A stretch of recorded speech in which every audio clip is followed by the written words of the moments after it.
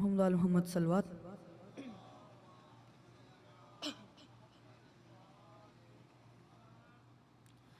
أعوذ بالله من الشيطان الرجيم بسم الله الرحمن الرحيم اللهم كن لوليك الحجة ابن الحسن صلواتك عليه وعلى آبائه في هذه الساعة وفي كل ساعة وليا وحافظا وقائدا ونصرا ودليلا وعينا حتى تسكنه وارزقا توه وتمتعه فيها طويلا.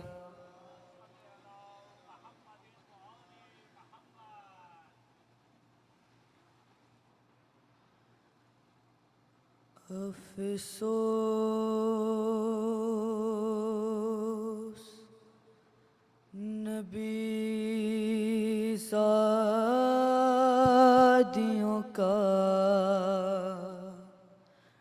शाम में जाना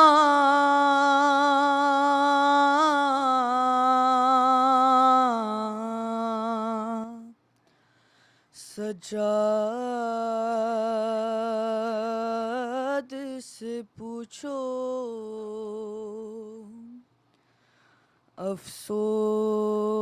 अफ़सोस नबी सादियों का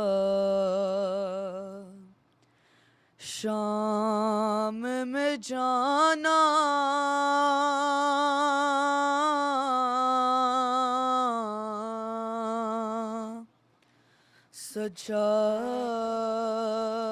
सजाद से पूछो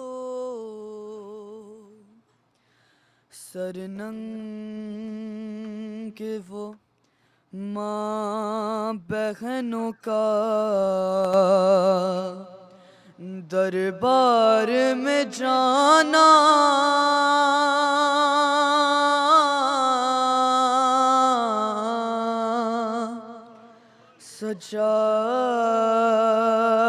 सजाद से पूछो अफ़सोस चुभती थी नबी ज़ादी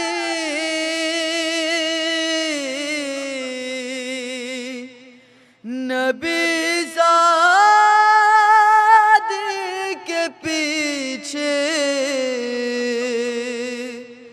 किस शर्मो हया से अर्शमर का उन बीबियों के नाम बताना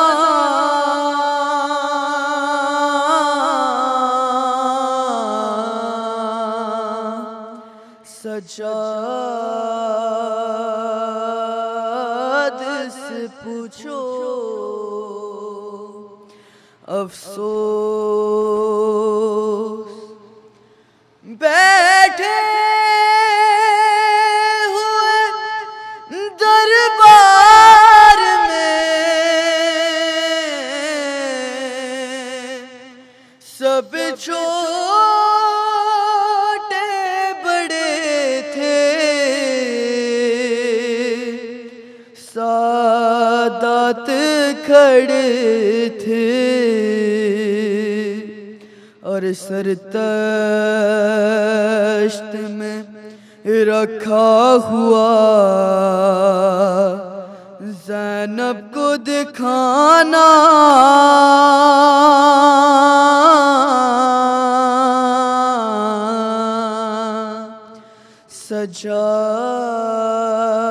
सजाद से पूछो अफ़सोस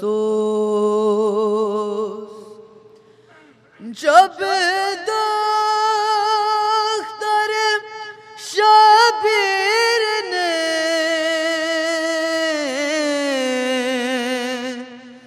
जिंदा में कज़ा की आफत की घड़ी थी वो नन्ही सी मैयत बंधे हाथों से उठाना,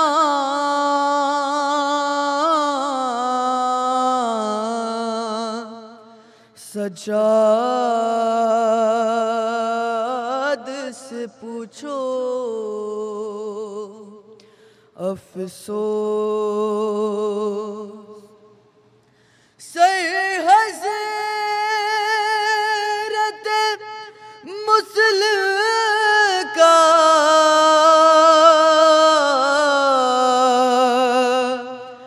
लटकता था जहाँ पे, वहाँ शहकार का अरे दुर्आबिद बीमार को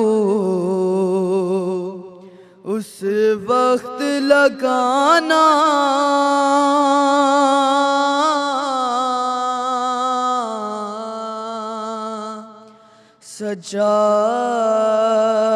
सजाद से पूछो अफसोस। नबी ज़ादियों का शाम में जाना,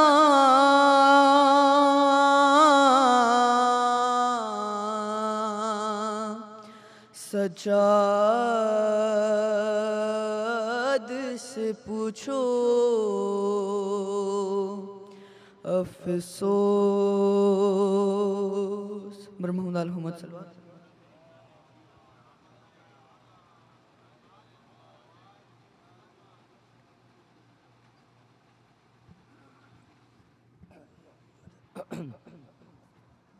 सलावत पर मोहम्मद व आले मोहम्मद। अल्लाहुम्मा सल्ली अला मुहम्मद। एक बार और सलावत पढ़ दीजिए बाबा से।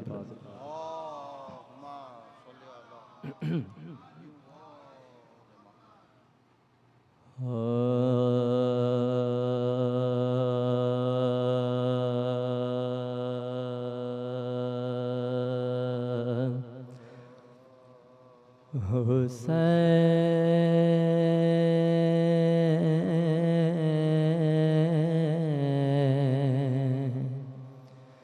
शाह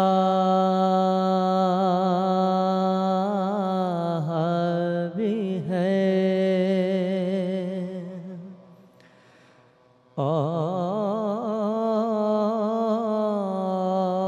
और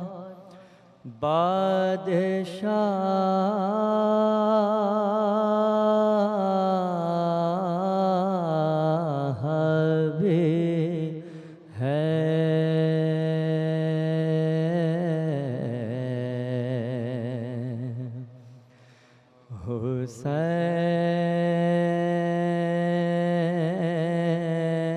हुसैन दीन भी है और दीपना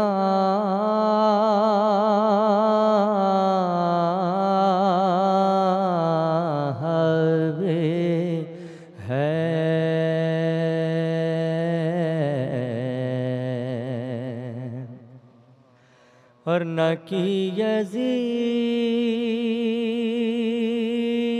की बैत कटा दिया सर को न की यजीद की बैत कटा दिया सर को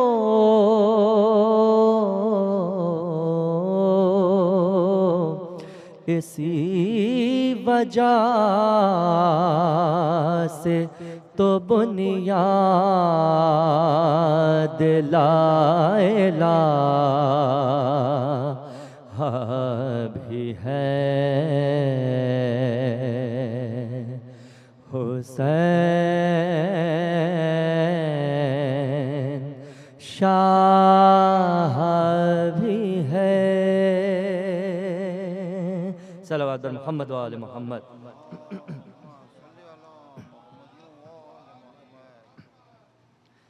एक बार और सलावत पढ़ दीजिए। बात सलाम के चंद अशआर पेश करें।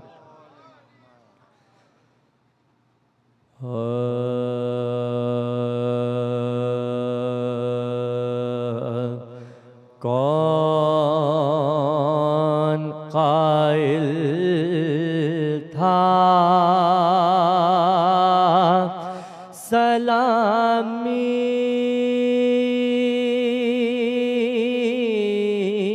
के जिना और भी है। कौन काइल था सलामी के जिना और भी है। करबला देख के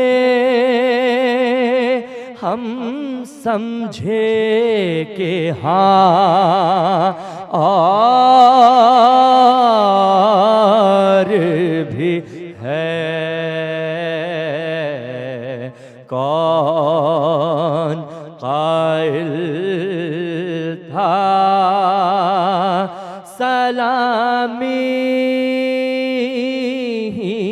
के जिना और भी।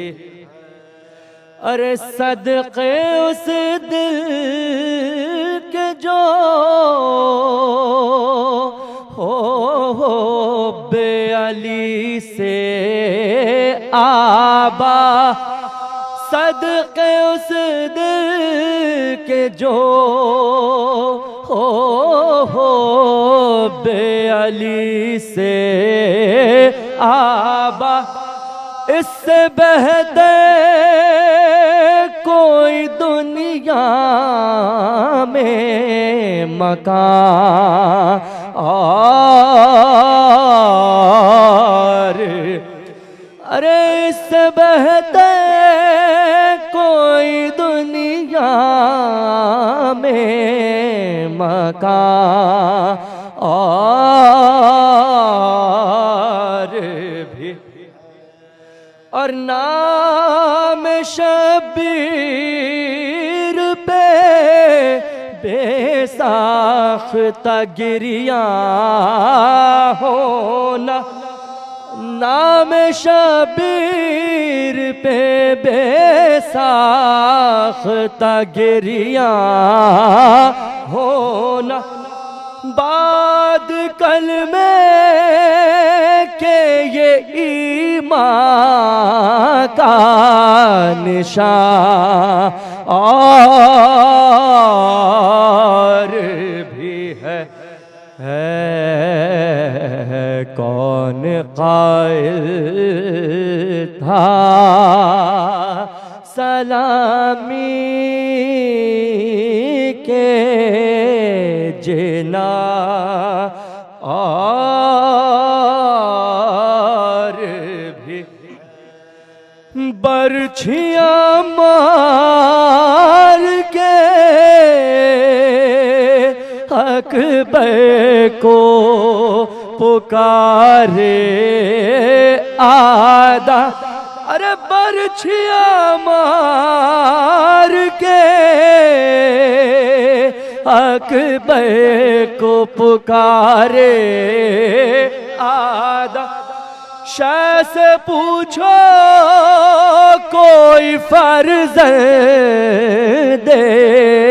जवान और भी अरे हथकड़ी बेड़िया पहना के अदू कहते थे देख बीमार अभी तो के गरा और भी और नीले रुखसार पा कानों से लहू जारी है अरे नील रुखसार पा कानों से लहू जारी गर्दन बाली सकीना पानशाह और भी है कौन कायल था सलामी के जिना और भी है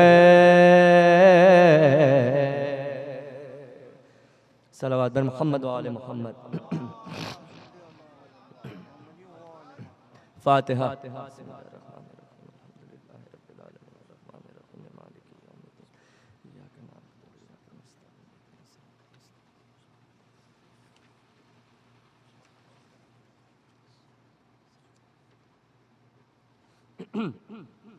एक सूरह फातिहा की और इल्तिमास है आप तमाम हज़रात के मरहूमीन के लिए तमाम शहदाए मिल्लत जाफरिया तमाम उलमाए कराम सोस खां शौराए कराम तमाम हज़रात जिन्होंने अज़ादारी की खिदमत की अब हमारे दरमियान मौजूद नहीं है उन सब की बुलंदी दर्जात के लिए अल-फातिहा।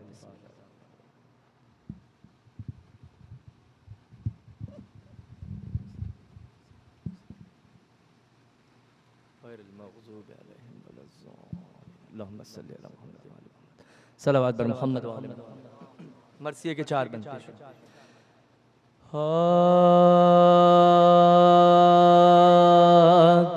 पहुँची जो कैद खाने में हिंदे निकोसियर पहुँची जो कैद खाने में हिंदे निकोसी अरे देखा के मरीज पड़ा है करीब दर रोता है वहाँ कोई तो कोई पीटता है सर हाथों से दिल पकड़ के पुकारी वो नौहाग दम पर भी बन गई मगर आफत घटी नहीं अरे तप में भी से गरीब की बेड़ी कटी न आंसू बहा के शाना हिलाया जो चंद बार एक बार गश से चौंक के बोला नहीं फोजार बेकस को क्यों जगाती है अम्मा पे सर निसा अरे क्या जा बलब हुआ कोई मासूम दिल फेगा पैदा हुए हैं अश्के बहाने के वास्ते उठते हैं हम जनाजा उठाने के वास्ते, वो बोली सब की खैर है रोना तब मैं हूँ कनीज आपकी मादर, नहीं यहाँ मुश्ताक दीद आई हूँ, जिंदा के दर में इतना मुझे बताइए यूसुफ ज़मा, इसमें शरीफ क्या है, कहाँ सोगवार है।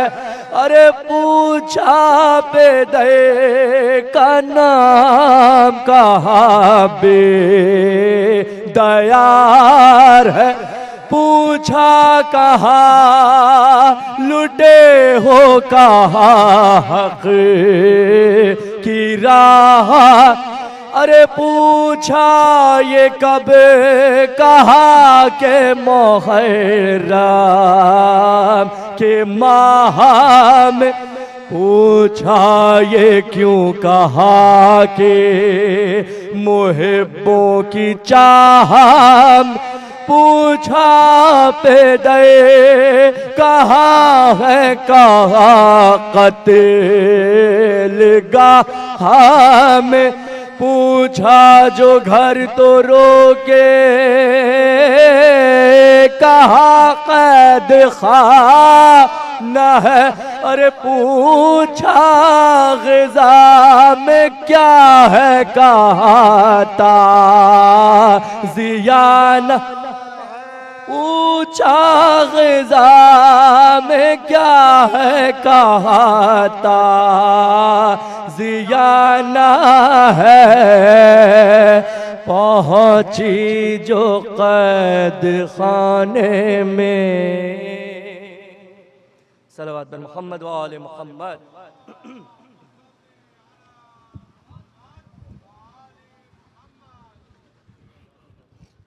But Muhammad wa ali Muhammad salawat. Now may I request Sheikh Abbas Panju, who has come from Najaf, to please address the Mu'mineen and Mu'minat. But Muhammad wa ali Muhammad salawat.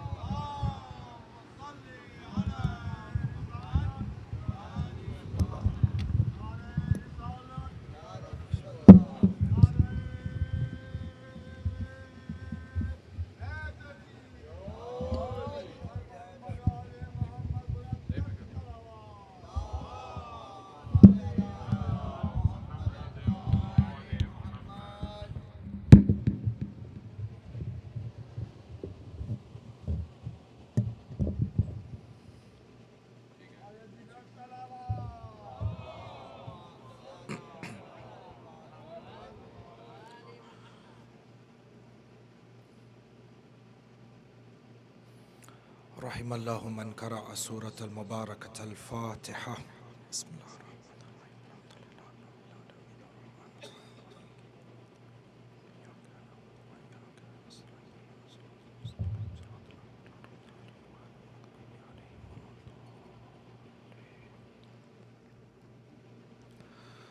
أعوذ بالله من الشيطان اللعين الرجيم. بسم الله الرحمن الرحيم.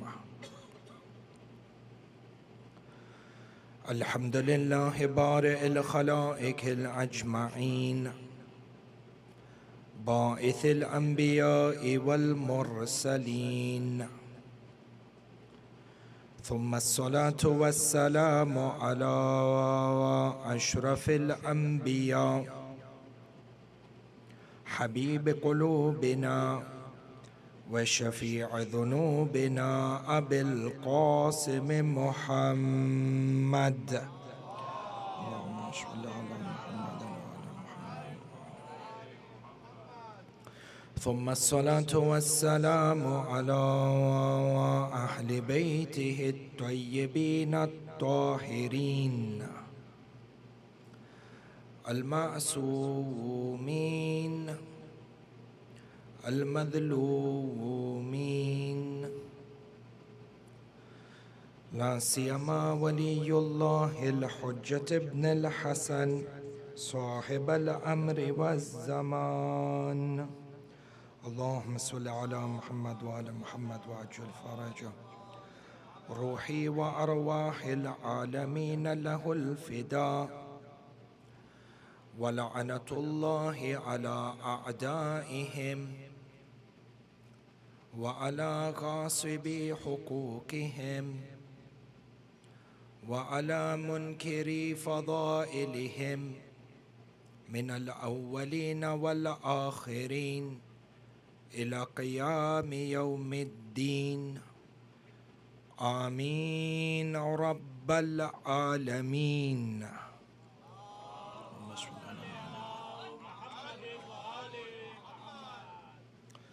صلى الله عليك يا مولاي يا أبا عبد الله، صلى الله عليك يا مولاي يا أبا عبد الله، يا رحمة الله الواسعة ويا باب نجاة الأمة.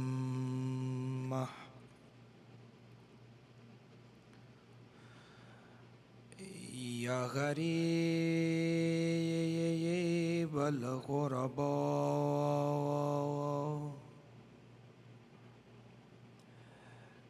يا مظلوم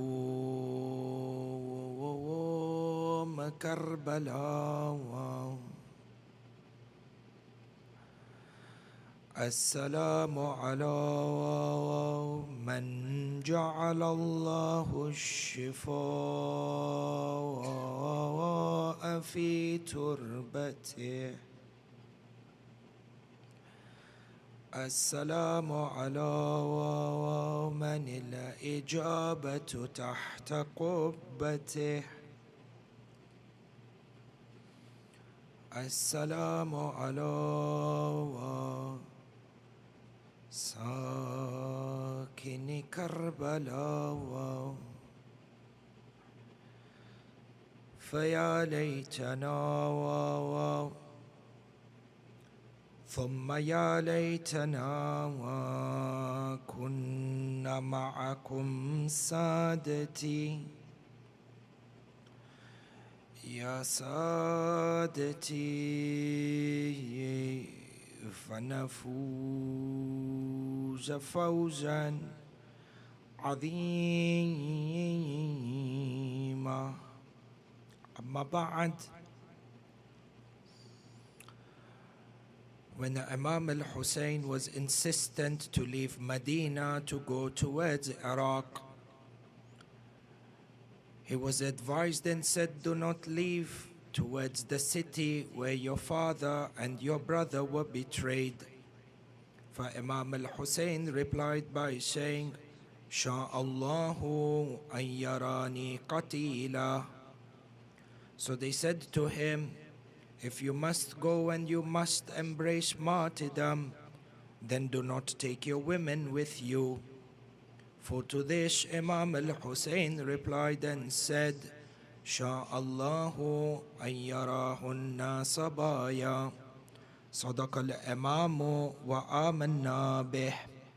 نوروا مجالسكم بذكر محمد وآل محمد.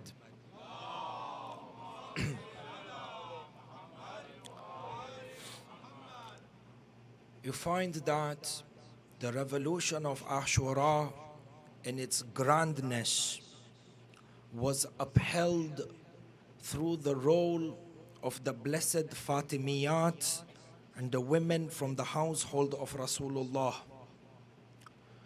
The women of Ahlul Bayt had a central role in ensuring that the message of Sayyid al-Shuhada and the grand values which represented this revolution are not obliterated from the face of this earth.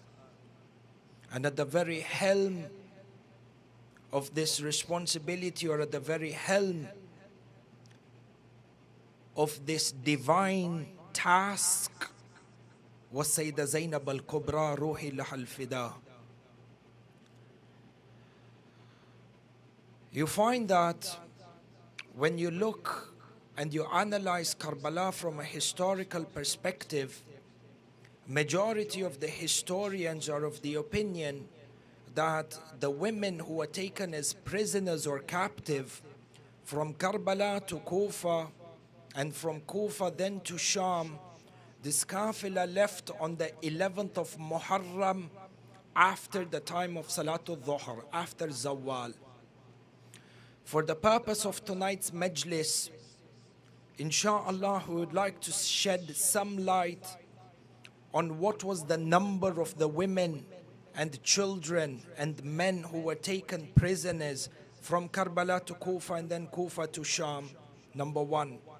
Number two, who made up these numbers? Who were the actual personalities? Who were the actual women that made up the prisoners and these captives?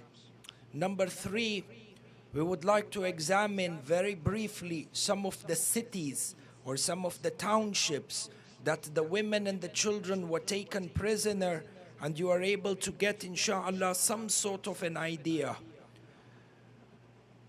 of the grand difficulty and the extent and the intensity of the trial and the tribulations that these pure, blessed women went through in order to ensure that the dhikr of Imam al-Hussein is not obliterated.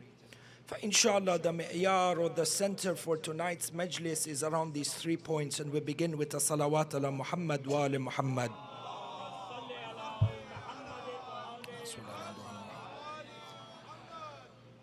We begin in regards to the number that has been recorded of those women and children who were taken prisoners.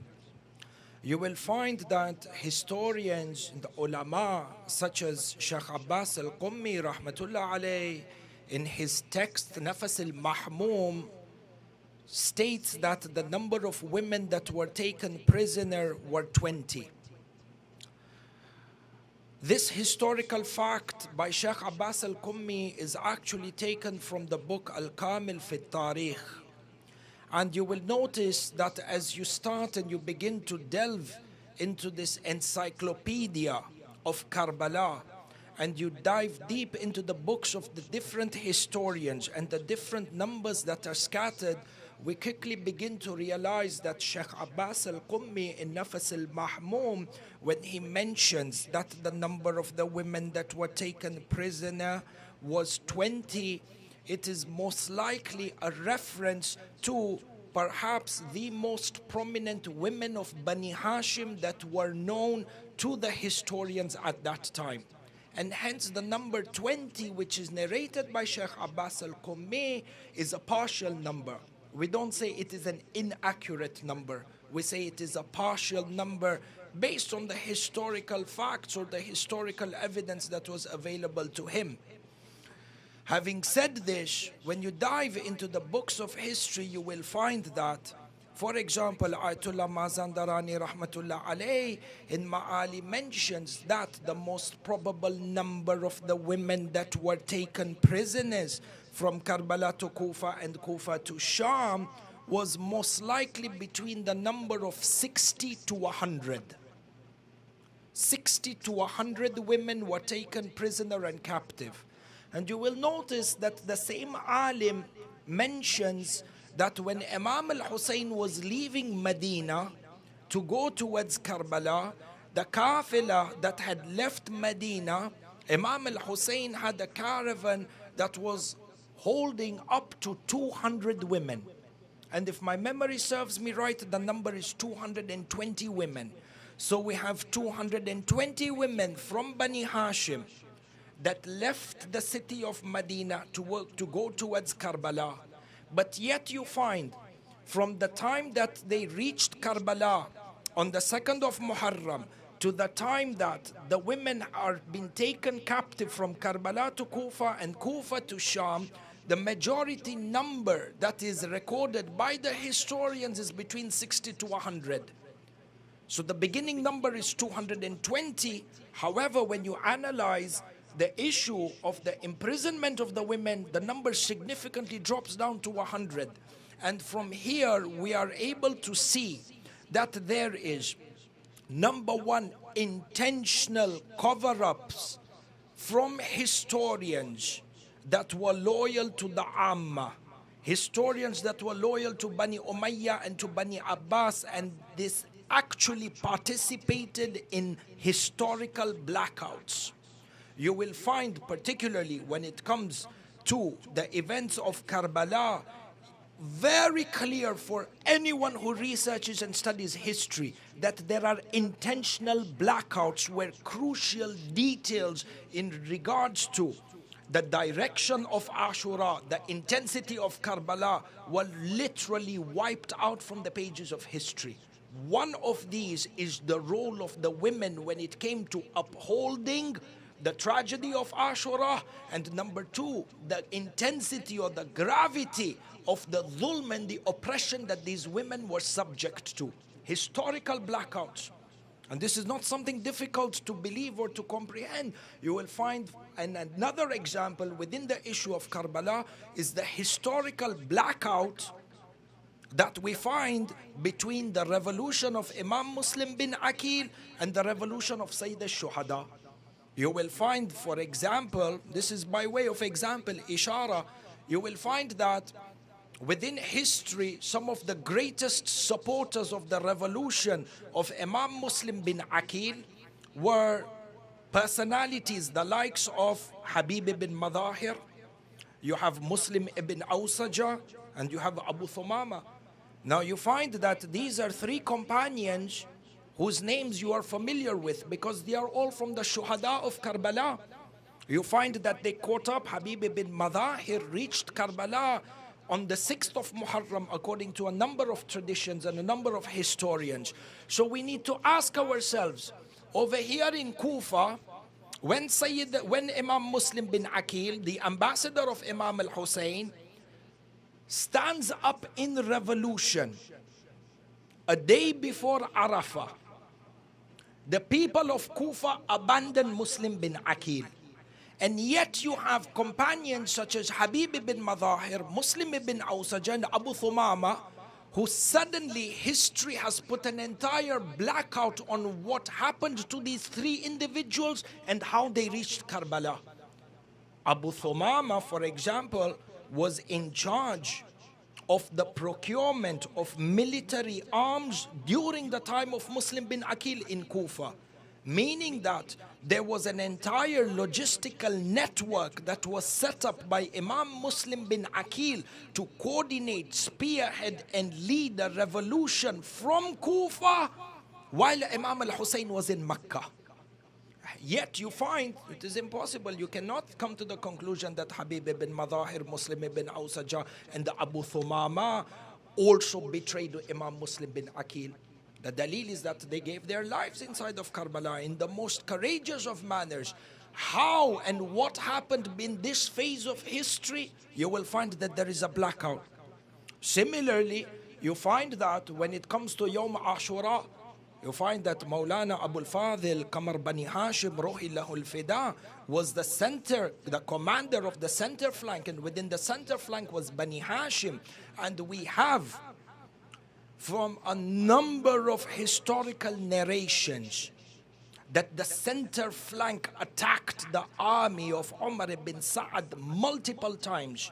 In fact, the left wing of Habib that was commanded by Habib ibn Madahir pushed back the army or the cavalry that was led by Shimr bin Dhil Jawshan a minimum of 3 times. Where is the role of Qamar Bani Hashim being the flag bearer and the center command of the army in this entire episode or this entire war of Ashura? You find that there are historical blackouts in these cases. And we have to understand that even the government sponsored historians that were the news outlets of the day, did everything in their power to conceal a lot of what happened on the day of Ashura. What we have within our literature, within our manuscripts, within our writings, is perhaps, according to what a number of the muhakkikin, historians and researchers and ulama in Najaf al-Ashraf say, less than perhaps 10 to 15% of what happened in Karbala.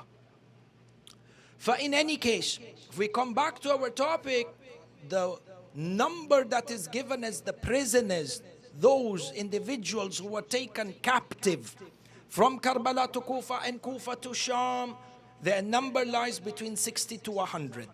If we understand this, we come to the next stage, which is the personality. Who are these individuals? Who are these women and these children who make up this number of 100 prisoners taken from Karbala to Sham? If you were to analyze those individuals and those personalities that were taken as prisoners, you can categorize them generally into 10 categories. The first category is the males. And I don't say men, but I say males, because male includes men and children. Within the males, you have Imam Sajjad Zainul Abidin salawatullahi wa salamuhu alayhi. Allahumma salli ala Muhammad wa ala Muhammad wa ajjal faraj. Together with his son Maulana Imam Mohammad al-Baqir. Allahumma salli ala Muhammad wa ala Muhammad.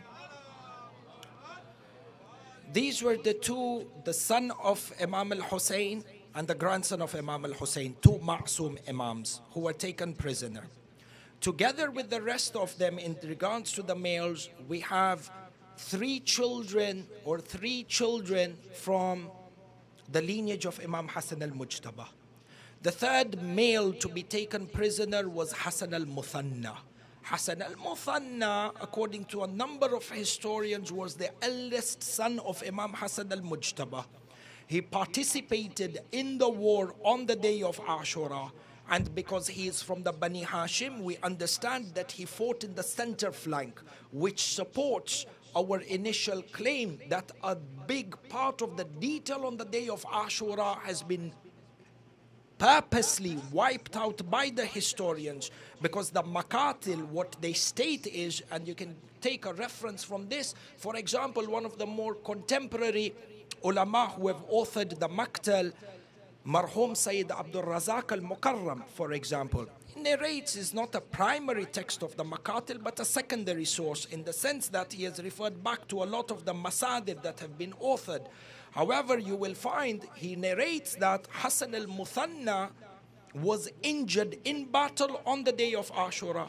Yet, when you refer back to the Maqtal, you will not find details of what Hassan al-Muthanna did, like the way you find details, some part of details in regards to the attacks of Ali al-Akbar, or the attacks of Sayyid al-Shuhada, or the attacks of Abu al-Fadil when he attacked the side of the Maidan through the Furat or towards the Furat and dispatched 4,000 archers under the command of Amr.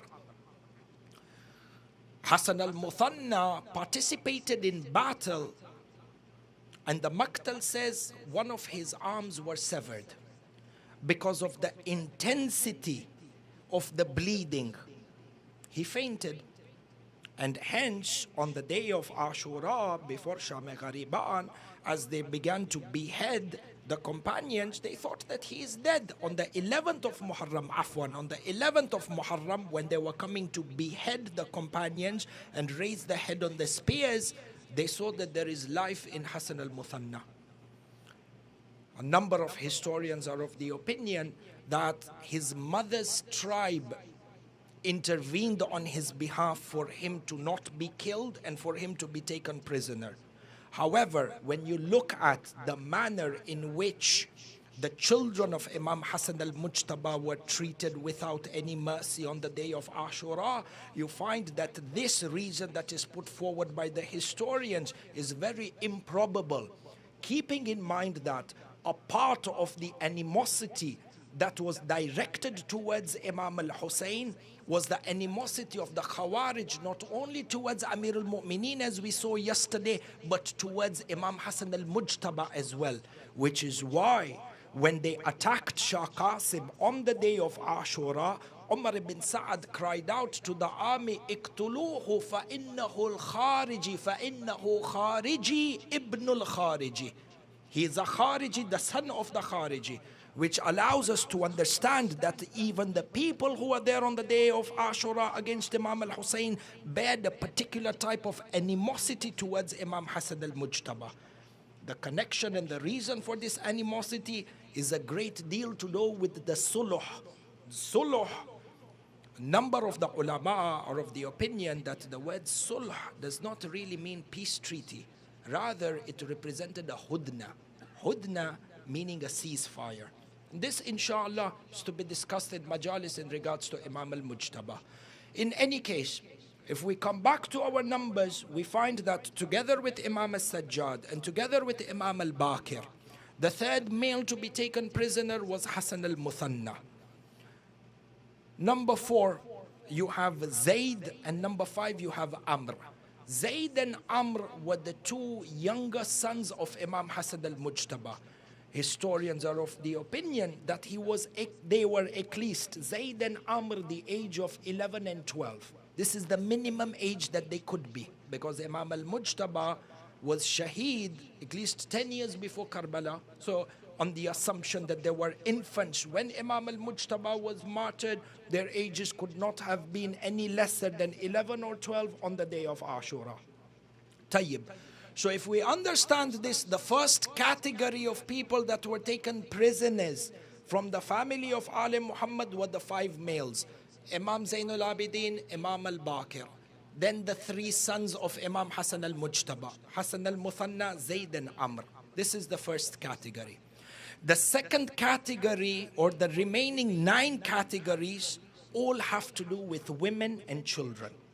From these 9 categories, the first category of women that were taken prisoners were the wives of Amirul Mu'mineen, Ruhi Lahul Fida, who accompanied Imam al-Hussein in Karbala, but with the exception of Sayyidah Ummul Baneen.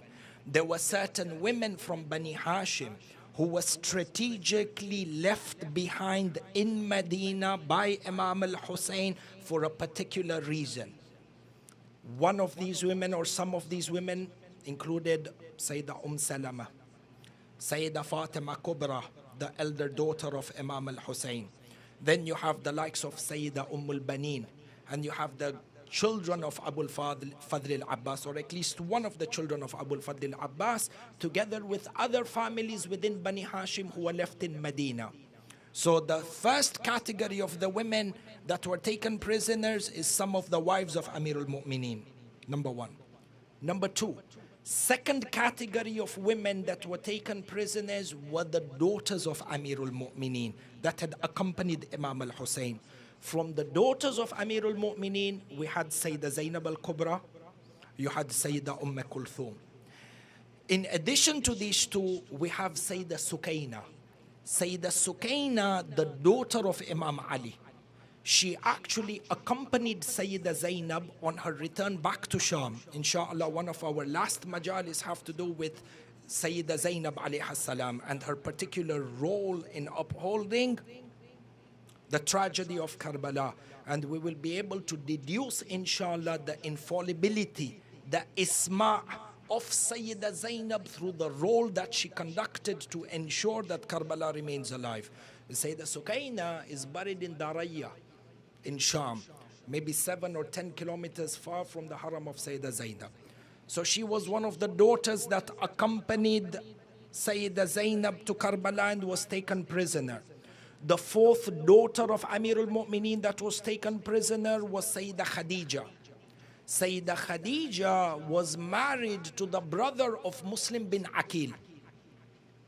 If you notice, may Allah subhanahu wa ta'ala grant to all of us the opportunity to perform the ziyarah of Amirul Mu'mineen, insha'Allah.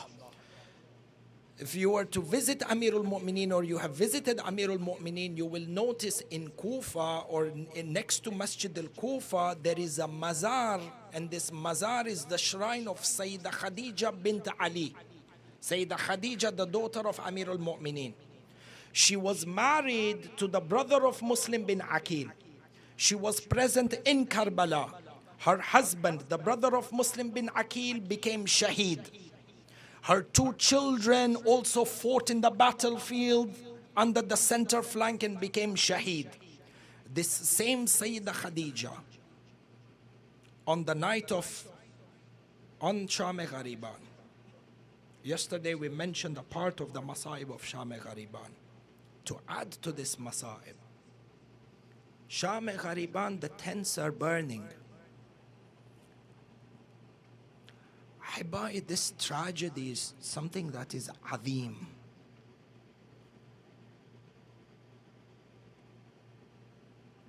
Fire is one of the worst ways for a person to be tortured.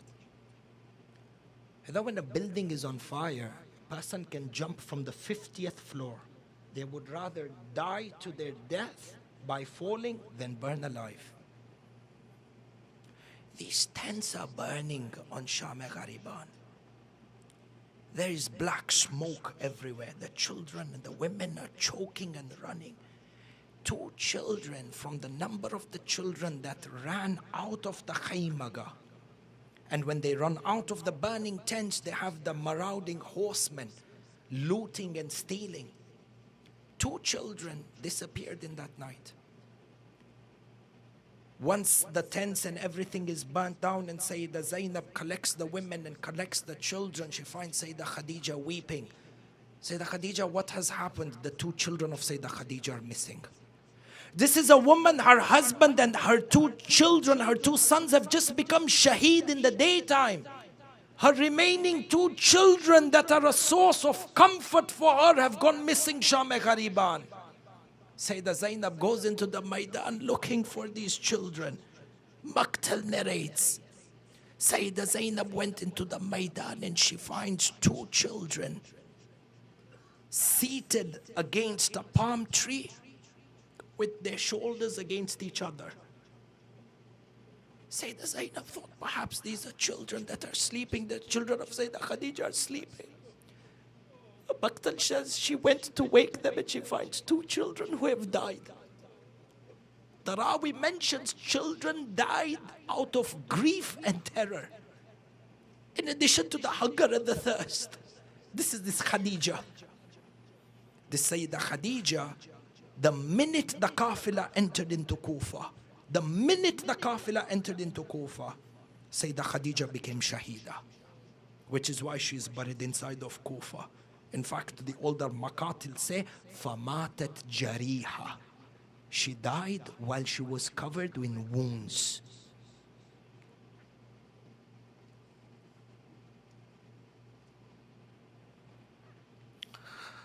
Sayyidah Zainab, Sayyidah Kulthum, Sayyidah Sukaina, Sayyidah Khadija, 4 daughters of Amir al-Mu'mineen. In addition to Sayyidah Khadija, there was Sayyidah Ruqayya. Sayyidah Ruqayya was the wife of Imam Muslim bin Aqil, who was also taken as prisoners. So if you understand this, Ahibbai, going back, and I know we have a number of diversions in today's Majlis, but we keep coming back to the main index. The number of women that were taken prisoners, we said 10 categories.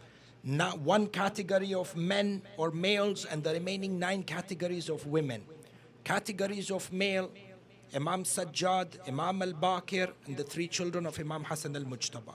Second category, the wives of Amir al-Mu'mineen, some of the wives of Amir al-Mu'mineen. The third category, some of the daughters of Amir al-Mu'mineen. Fourth category, some of the wives of Imam al-Hussein. You will find that the women that were taken prisoners, from these women you have Sayyidah Layla, the mother of Ali al-Akbar. You have Sayyidah Rabab, the mother of Abdullah al-Radhi, or who is commonly known as Ali al-Asghar within the subcontinent, as per the reference or the tradition of Sheikh al-Mufid. In addition to Sayyidah Layla and Sayyidah Rabab, you also have Sayyidah Walad. Sayyidah Walad, we have within the historians that one of the wives of Imam al-Hussein was pregnant. And Imam al-Hussein had also named this unborn child Muhsin. Which is why you will find that in the path of the Sabaya, when the women were taken prisoners, one of the places that they passed was Halab. This widow of Imam al-Hussein, due to the intensity of the walking and the intensity of the assaults that they were subject to, her unborn child became shaheed.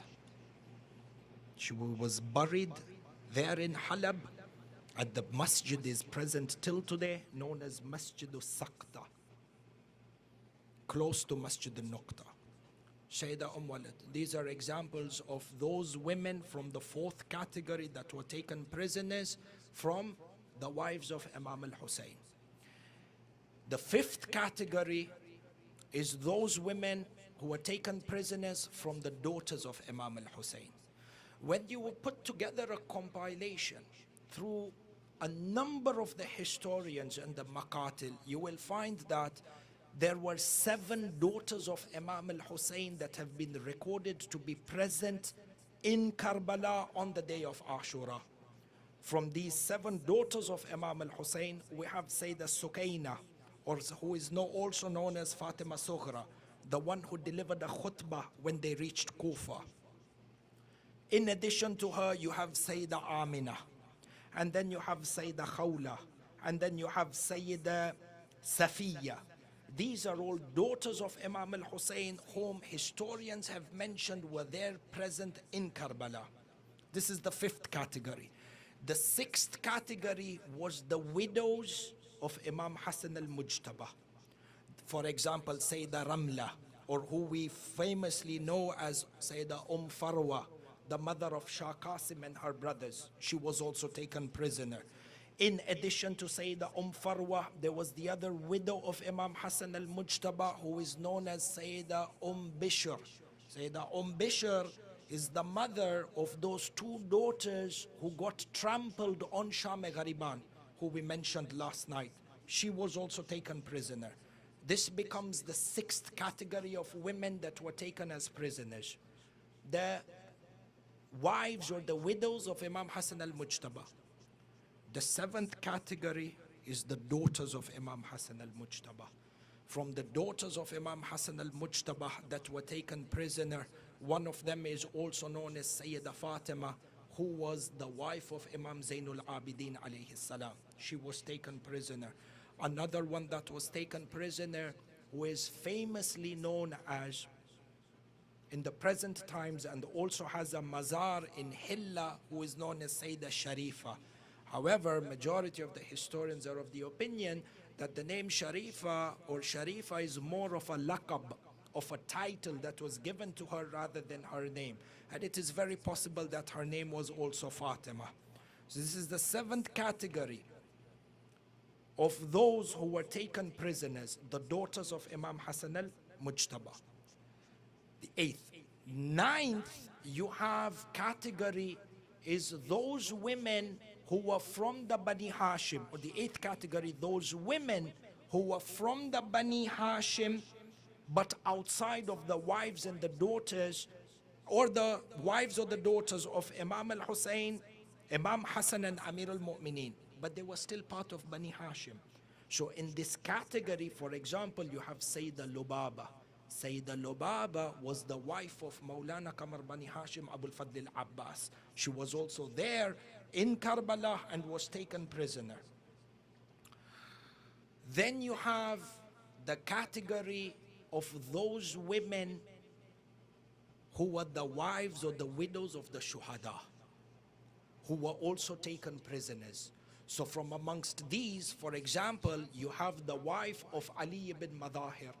Ali ibn Madahir is the brother of Habib ibn Madahir. Habib had a brother called Ali. Ali ibn Madahir On the night of Ashura, Imam al-Hussein gathered his companions and he gave them a choice, saying to them that you are free. On this night, I relieve you from my bay'ah. Those of you who want to live in the darkness of the night, I shall not hold you accountable in front of Allah. Pay attention to these words when Imam al-Hussein says to his companions that you are relieved from my bay'ah. In essence, it means that tomorrow, on the day of judgment, they could still enter into Jannah and Imam al-Hussein would not hold them accountable. They would not be held with any blame in front of Allah. Jannah would still be secured for them. These are not men who wanted Jannah. These are men who wanted proximity towards Imam al-Hussein. For them, Jannah was Hussein alayhi salam. Allahumma salli ala Muhammad wa ala Muhammad wa ajjal faraja. For you find Ali ibn Madahir and the number of the companions, they chose martyrdom with Imam al-Hussein. So Ali ibn Madahir, and over here Imam al-Hussein then goes on to tell them of the ensuing tragedies that are going to occur upon them and upon the women after them. So Ali ibn Madahir goes back to the Khaybaga and he says to his wife, Imam al-Hussein has promised us martyrdom and shahada tomorrow, and you are going to be a widow after me. So in this night, he says to his wife, I grant you freedom and I separate myself from you. And I give you the talaq and you are free to go back in the darkness of this night to your family and to your tribe and live a life of honor, and you can remarry. Historians mention the wife of Ali ibn Madahir began to weep. She said to him, "O Ali, you have not done justice to me. You will enter into Jannah and you have gained eternity through martyrdom with Imam al-Hussein, and you expect me to go back to my house? Indeed, I shall never separate myself from the daughters of Fatima. And if it has been written upon them that they will endure imprisonment for this grand cause, then I shall not separate myself from Zainab." Ali ibn Madahir's wife was also taken prisoner. Another shaheed from the shuhada was Wahab. As you know, Wahab ibn Wahab was newly married. According to a number of historians, they were not married more than 14 to 15 days. According to a number of historians, they were not married more than 10 days.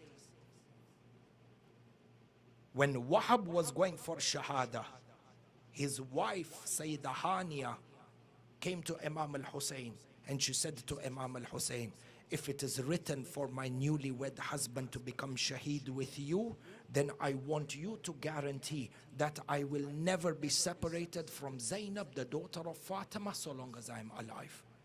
These are two women who were also taken prisoners amongst a number of the wives of the shuhada. The final category that you have is a category of the women who are affiliated with Ahlul Bayt but are not within the first 8 that we mentioned, the likes of Sayyidah Fidda. And inshallah we have a lecture and a majlis particularly on Sayyidah Fidda and her affiliation and association with Ali Muhammad. Sallu ala Muhammad wa ali Muhammad.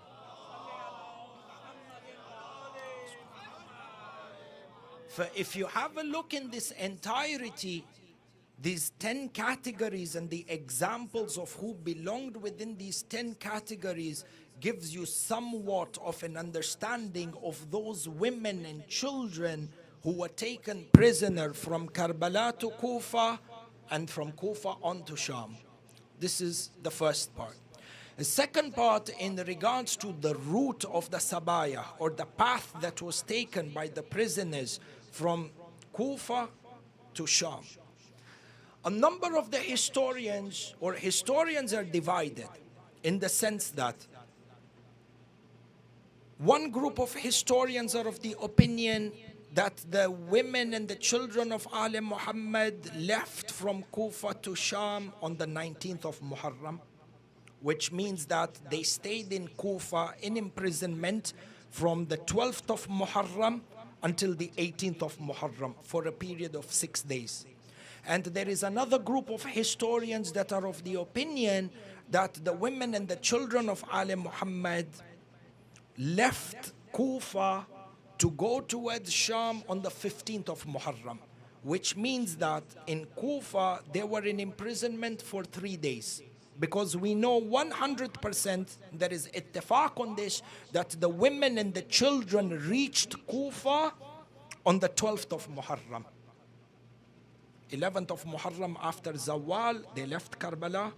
They reached the area of Masjid Hannana on the night.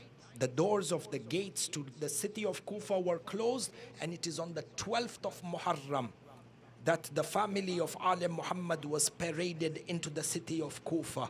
And as you know, the women and the children, when they saw the women and the children of Kufa, or the women of children, when they saw the children of Ali Muhammad in a state of near death, they began throwing walnuts and bread and dates towards them out of pity. And Sayyidah Kulthum would take these dates and throw them back to them, saying that zakat is haram on the children of Ali Muhammad, on the Sadat of Ali Muhammad.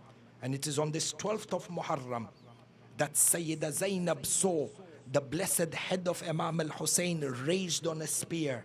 And as narrated by Alama Majlisi and a number of ulama who have vetted this narration, even though it is mursal, it has been vetted, and there is a number of criteria that circumstances through which narrations, historical narrations that are vetted as mursal cannot be discounted. Cannot be discounted. One of these, when Sayyidah Zainab saw the head of Imam al-Hussein raised on a spear on the 12th of Muharram, she hit her blessed head on the railing of the carriage out of grief. The Rawi says we saw blood pouring down the forehead of Sayyidah Zainab al-Kubra. 12th of Muharram is a day of Azar. Matam on the 12th of Muharram should not be any less than the matam that we do on the 9th or the 8th Shabbat. This is not my part of the masa'ib. But it is important, even though in the middle of the majlis, there is no majlis more beloved to Imam al-Sadiq than a majlis that is mustamir with tears. And I want to say something over here because this part of the masa'ib truly wrenches the heart. 12th of Muharram.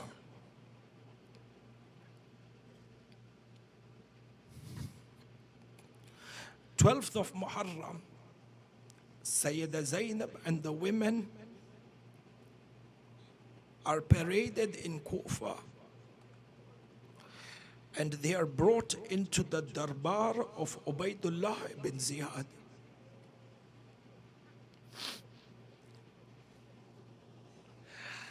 Ayatollah Mujaddid Mirza Mahdi al-Shirazi rahmatullah alayhi, once he was sitting in the majlis, when the Khatib said this, he told the Khatib, wait, don't say anything more.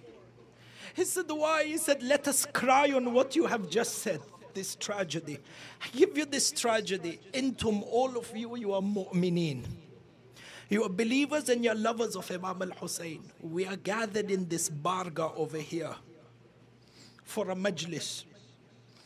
Everyone over here is sharif. Everyone over here is dignified.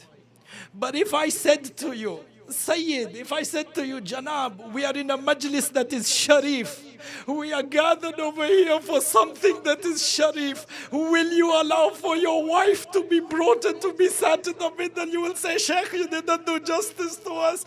I say, into mazadar, matam is you have ghira. You will not allow for your wife or your daughter to sit amongst men in a majlis.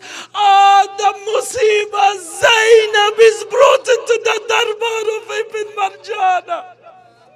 This is Zainab where people hadn't seen the shadow of Zainab in Kufa. Today she is between men that are now mahram.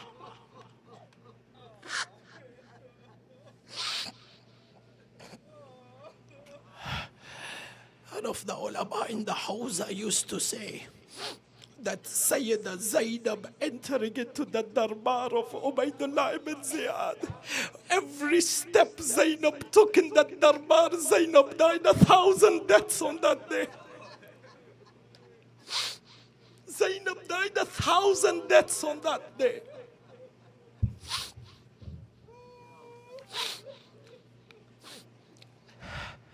Historians mention 12th of Muharram. The women entered into Kufa. And according to the second batch of historians, on the 15th they left, which means that they were in imprisonment for 3 days. From Kufa to Sham, there are a number of cities and townships that the women and the children passed through. And there were a number of incidences that happened as well. Some of the cities that they passed from Kufa, they passed through Hilla. And the Hilla is where Sayyidah Sharifa was buried. What seems or what is known to us is that she is the second Alawiyya, the second woman from Ali Muhammad to become Shaheed on the way. The first one was Sayyidah Khadija when they reached Kufa. And the second is Sayyidah Sharifa. This is who we know about. Who we don't know, Allah. So from Kufa they went to Hilla. From Hilla you find that there is a number of cities that they passed by before they got to Damascus, eventually on the 1st of Safar. So between the 15th of Muharram or the 19th of Muharram to the 1st of Safar, some of the cities that the women of Ali Muhammad were paraded and taken captives through, from Hilla, they passed through Mosul, they passed through Tikrit, they passed through Sinjar, they passed through current day Baalbak, which is a city in Lebanon. And you know, in Baalbak, you have two daughters of Imam al-Hussein that are buried over there. One is Sayyidah Khawla, and the second one is Sayyidah Safiya. At Baalbak at that time, according to Muhakkik al-Mazandarani, Baalbak at that time was a city of Nawasib. And when the Sabaya were passing through Baalbak, an announcement was made to decorate the cities and for the people to come out in celebration, because Baalbak was the last major township before the women were taken into Sham. So the historians mention on the 29th of Muharram, 29th or 28th of Muharram, is the shahadat of Sayyidah Khawla and Sayyidah Safiya. Because on the first, from Baalbak to Dimishq, Bab Toma, where they entered from, is a one-day journey, or a half or just a little bit more than half by camel. So the last major township was Baalbak. These two children, daughters of Imam al-Hussein, became shaheed. One of these daughters fell from a camel. Historians mention she fell head first. She never woke up after that. With what heart Imam Sajjad and Sayyidah Zainab reached Sham, burying children and women one after the other. Madhlumiyat of Imam Sajjad in Baalbak, Sayyidah Khawla, the historians mention when he buried Sayyidah Khawla, he planted a tree so that tree could be an alama for the grave. Maybe one day people will come and weep for this yatima of Imam al-Hussein. From amongst these cities was the city of Mosul, the city of Tikrit. City of Tikrit, we'll mention a little about the city of Tikrit and we'll go into Masaib because it seems even time is almost over. The city of Tikrit, when the Sabaya of Ali Muhammad were coming through, the historians mention that Shimr bin Dhiljawshan al-La'in was part of those horsemen that were accompanying the women to Sham. So Shimr sent a messenger to the city of Tikrit. You know, Tikrit, present day Tikrit, by the way, the hometown of Saddam La'in. Tikrit, Shimr bin Dhiljawshan sends a messenger to the governor of Tikrit, the township of Tikrit, that we are coming. Historians, again, Muhakkik Mazandarani says that there were 1,000 horsemen that were accompanying these women as prisoners. Because this, do not forget, was the emperor's parade of victory.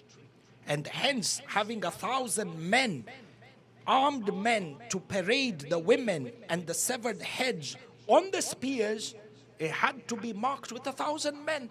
In addition to the fact that there were other Shias who held a number or attempted a number of times to sabotage this masira of the Sabaya and regain the heads and liberate the women. So there was a security element towards as well. In any case, 1,000 horsemen.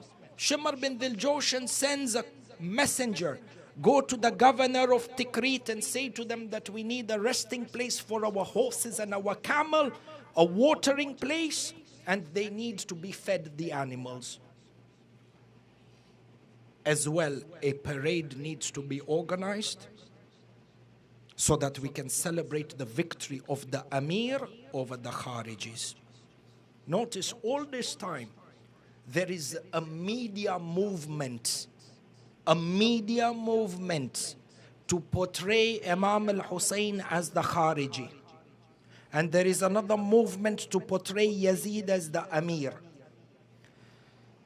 The historians mention that an announcement was closed. And what you could say in today's day or today's day and age, the terminology from today's day and age, that there was an emergency calling from the government. Shops were closed and everyone was commanded to be part of a public parade. The historians mention that drums were being beaten and trumpets were being blown, and they would throw seeds out of victory or to celebrate the victory. And as the women of Ali Muhammad entered inside,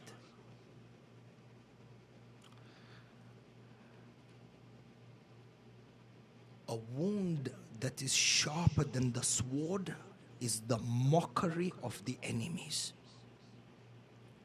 And when they began to mock Sayyidah Zainab and the children, there was a priest, a Christian priest, that stood up. A Christian priest stands up in the middle of the parade when he sees the blessed head of Imam al-Hussein on a spear. And he says, indeed, this is no Khariji.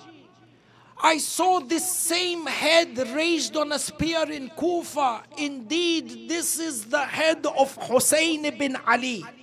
And he then made an announcement forbidding any Christian to attend in this parade. He gathered them inside of a single church, and the historians mention that the Christians decided to vacate the city of Tikrit almost immediately, lest the adhab of Allah fall upon them. The last statement that was recorded by this Christian priest is that he said, "Oh Allah, bear witness that we disassociate ourselves from those people who killed the grandson of the Prophet." From here, we are able to understand a number of things. Number one, the mawqif or the stance that was taken by the followers of Nabi Isa when it came to the dhulm that was committed against Imam al-Hussein. And this is one of a number of incidences that happened, or mawqifs that were taken by noble Christian priests, as opposed to those who call themselves the Ummah of Muhammad. This mawqif allows us to understand that the Christian community at the time and the followers of Nabi Isa had some sort of ma'rifah in regards to Imam al-Hussein, and they understood the importance of disassociating themselves from the army that kills the grandson of Rasulullah. In fact, there is enough evidence that the dhikr of Imam al-Hussein was mentioned within the Injil and the subsequent books that were revealed after the Injil. The proof is where? First proof, historical proof. Before the army of Shimr bin Diljoshan entered into Tikrit, They stopped at a resting place because we said previously they sent a messenger to go into Tikrit and organize the food and the shelter and organize for the parade. So as they sent the messenger, they waited outside. The historians mentioned that they were consuming alcohol. As they were consuming alcohol, they saw an inscription on a wall that said, does the ummah that killed the grandson of Rasulullah expect that they will gain his shafa'ah? And they saw this inscription on the wall turn into blood. This blood was dripping down. So they were surprised and they were shocked. And they asked one of the people who was living nearby, the residents of this township, this writing in the wall, where did it reappear? The man replies back to Shimr and he says to him, this writing, we found it inscribed on this wall and it has remained as an inscription on this wall for 500 years before your prophet was sent in Hijaz. We know roughly between Nabiullah Isa and Rasulullah, they were close to 500 years. So this is the first qarina, indication from a historical perspective when we put down a claim that the tragedy of Imam al-Hussein was foretold and was written in the books of the past, particularly in the scriptures of Nabi Isa, the subsequent scriptures after Nabi Isa as well, because there are scriptures in addition to the Injil that the followers of Nabi Isa adhered to. This is one. Number two, you go back a text even much more explicit. You go back to the Amali of Sheikh al-Saduq. Amali of Sheikh al-Saduq in a lengthy tradition narrated by Maulana Imam Ja'far ibn Muhammad al-Sadiq salawatullahi wa salamuhu alayh. He states that in a lengthy tradition, on one of the days, Nabiullah Isa is in Karbala together with his companions, the Hawariyin. Nabi Isa passes through the land of Karbala, sits down and begins to weep. His companions also sat down and even they began to weep. And they didn't know why Nabiullah Isa was weeping. And after a certain period of time passed, Nabiullah weeping intensely, he turns around to his companions and he says to them, do you know what this land is? They said, no, ya kalimatullah, ya ruh Allah, we don't know. Nabiullah Isa says to them, this is the land of Karbala. This is the land on which the blood of the pure grandson Ahmad sallallahu alayhi wa sallam, Allahumma salli ala Muhammad wa ala Muhammad wa Muhammad wa ala Muhammad, will be shed. His mother is a resemblance of my mother. A word that is used, wa ummuhu shabihatu ummi Maryam. From here, we are able to understand that a part of the risala of Nabi Isa was that he foretold the prophecy of what will happen to Imam al-Hussein in Karbala. This was an important message of the risala of Nabi Isa. And you find that the trace of this risala was what? After all those years, you have a group of Christian priests based on this risala of Nabi Isa in regards to the dhulm that will happen on Imam al-Hussein. Years later, when the severed head of Imam al-Hussein is brought to Tikrit, these pure Christians who were the righteous followers of Nabiullah Isa take a stance and disassociate themselves. Which is why when we read in Ziyarat Waritha, Assalamu alayka ya Waritha Isa Ruhillah, understand that there is depth when we say why Imam al-Hussein is the Warith of Nabiullah Isa. And with this, Ahibai, there is lots to say in regards to the tragedy and the journey that the women of Ali Muhammad went to. Inshallah, if Allah gives us tawfiq on the following nights, inshallah. Sallu ala Muhammad wa ala Muhammad.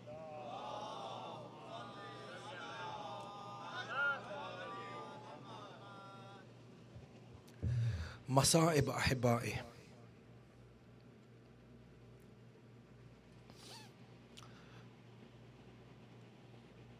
in their entire journey as prisoners from Karbala to Kufa and Kufa to Sham.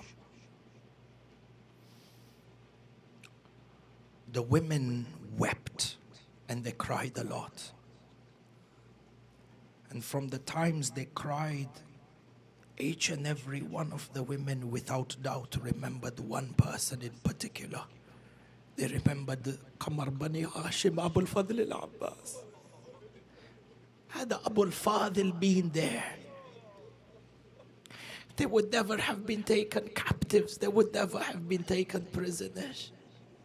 And hence tonight I want to mention for you the tragedies, or a part of the tragedies of Maulana Qamar Bani Hashim Abu al-Fadl al-Abbas on the day of Ashura. All the tragedies that took place on the day of Ashura were great. But the tragedy of Abu al-Fadl al-Abbas, Allahu Akbar. It is that tragedy that Imam al-Hussein, when he heard the cry of Abu al-Fadl al-Abbas, he put his hand on his back and he said, Al-Ad inkasara dhahri. He says, now my back is broken. From the tragedies that befell upon Abu al-Fadl al-Abbas, I want to mention for you 3 parts of the Masa'ib of Abu al-Fadl al-Abbas. 3 parts.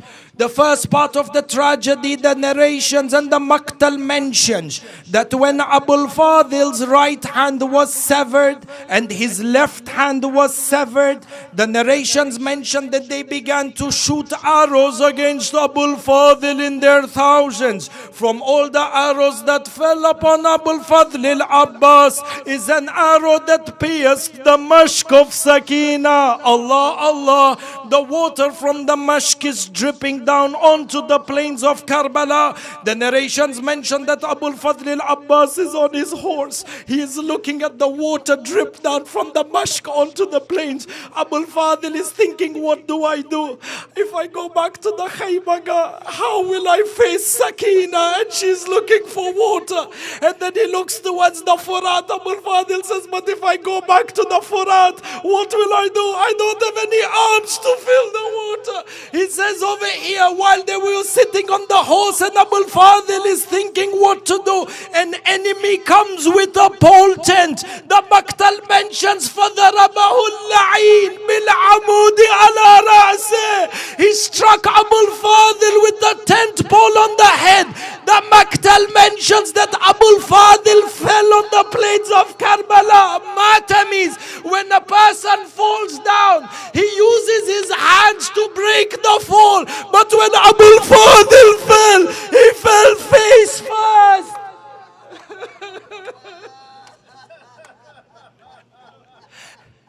Madam, do you know what the ulama say? The ulama in the Hausa say that when Abu al-Fadl fell, he says there was an arrow that was pierced in the eye of Abu al-Fadl. But when he fell face first, that arrow was pushed even deeper inside.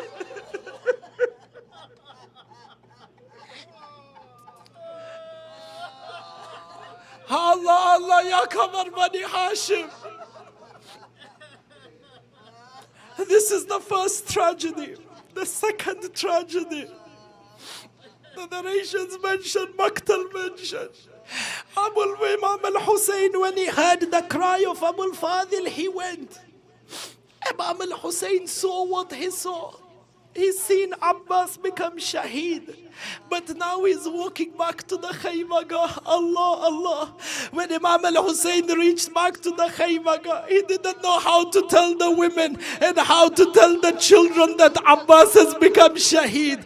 These words are not coming out of the mouth of Imam al-Hussein. So what does he do? Then the historians mention over here that Imam al-Hussein went into the Khayma of Abbas, and slowly by slowly he began disassembling the Khayma of Abu al-Fadl. When the women and the children saw that Imam al-Hussein is closing up the Khayma of Abu al-Fadl, they understood that Abbas is not coming. Over here, our elders in the Hausa say that Sayyidah Sakina, when she saw this, she understood. She went to Imam al-Hussein. She held the hands of her father. She said, Baba, I'm not thirsty anymore. am not thirsty anymore. Tell my uncle Abbas to come back. Allah, Allah. Shiatana Muhammad, this is the final part of the Masaib.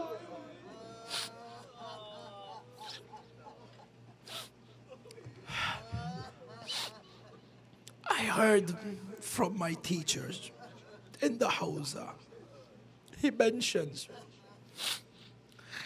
they were together years ago. They were together with Ayatollah Mohsin al-Hakim from Najaf al-Ashraf. A group of ulama, they went for the ziyarah of Imam al-Hussein. They went for the ziyarah of Imam al-Hussein to Karbala. Ya Abul Fazl, Allah. It says when they went for ziyarah, they got the opportunity to go down into the Sardab. And they showed the grave of Abul Fadl al-Abbas. Ayatollah Mohsin al-Hakim was standing there with few students. My teacher says, he says, we looked at the grave, we saw that the grave is really small.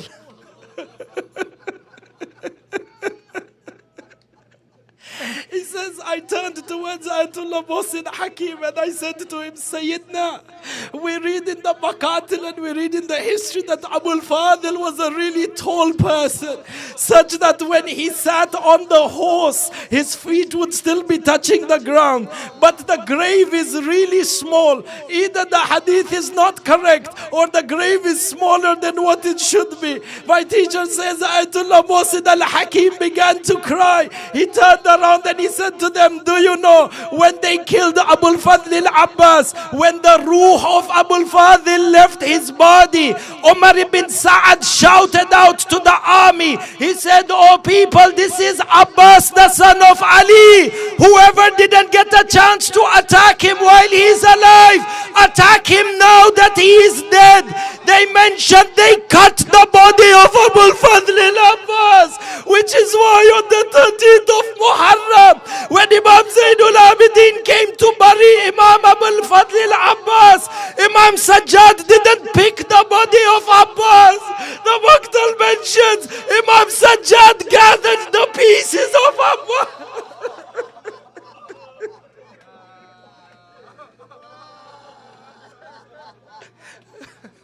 مات بحسين مات بزينب.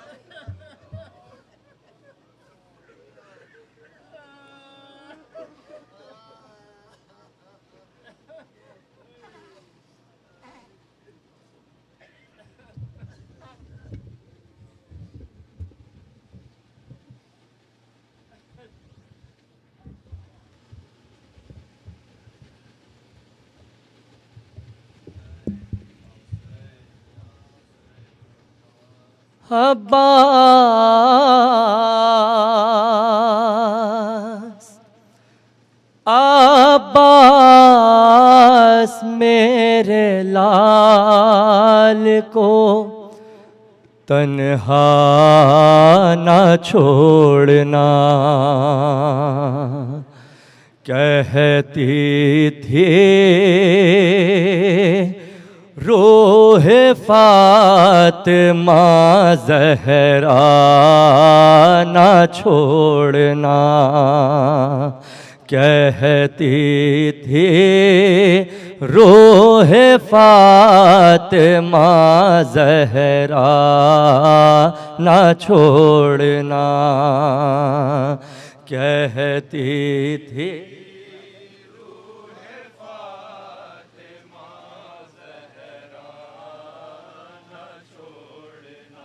Abbas Abbas मेरे लाल को तन्हा न छोड़ना, कहती थी रूह फातिमा ज़हरा न छोड़ना, कहती थी रूह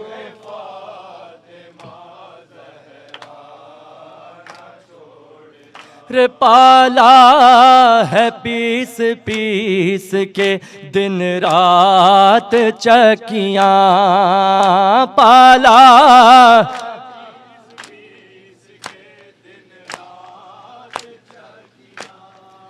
रे पाला है पीस पीस के दिन रात चकियां, पाला है पीस पीस के दिन रात चकियां। रे हाथों पे मेरे आज भी छालों के हैं निशान, हाथ पे मेरे आज भी छालों के हैं निशान। रे हाथों पे मेरे आज भी छालों के हैं निशान,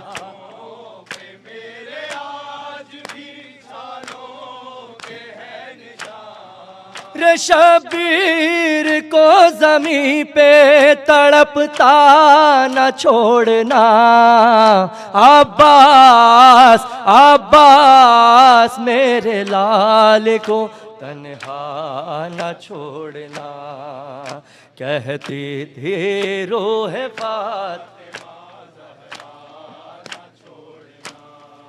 और वो है वफा तुम्हारे पैगंबर को नाज है, वो है वफा तुम्हारे पैगंबर को नाज है। और बाजुओं पे फातहे खैबर को नाज है, और बाजुओं पे फातहे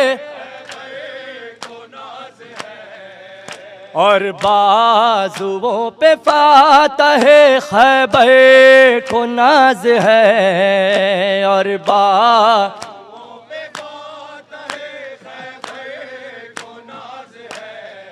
रे घेरे अगर हुसैन को आदा न छोड़ना, अब्बास अब्बास मेरे लाल को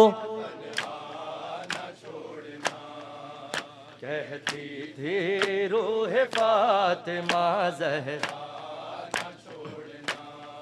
और मक़तल में जब उठाएगा कड़ियल जवां की लाश, मक़तल जब उठाएगा कड़ियल रे मक़तल में जब उठाएगा कड़ियल जवां की लाश, मक़तल जब उठाएगा कड़ियल जवां की लाश। होगा मेरे हुसैन का दिल गम से पाश पाश, होगा मेरे हुसैन का रे होगा मेरे हुसैन का दिल गम से पाश पाश, मेरे हुसैन का दिल गम से पाश पाश। रे देना सहारा अपना सहारा न छोड़ना, अब्बास अब्बास मेरे लाल को तन्हा न छोड़ना। कहती थी रूह फातिमा न छोड़ना।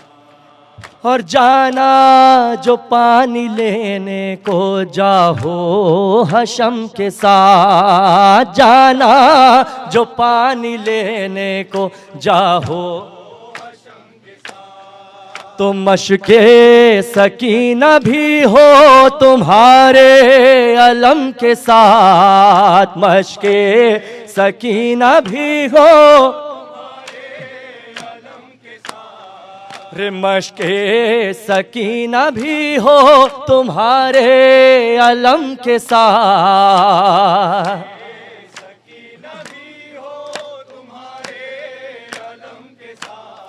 रे 6 माह के सगीर को प्यासा न छोड़ना, अब्बास अब्बास मेरे लाल को तन्हा न छोड़ना। कहती थी रूह फात रे देखो हरम न हो कहीं मक़तल में बेरदा, देखो हरम न हो कहीं रे तुम ही तो एक हो मेरे बच्चों का आसरा, तुम ही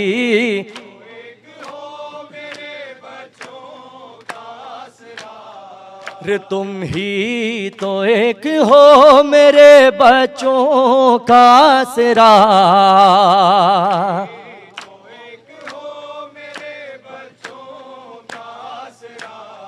रे बेटा दरे हुसैन का पहरा न छोड़ना, अब्बास अब्बास मेरे लाल को तन्हा न छोड़ना। कहती थी रूह फातिमा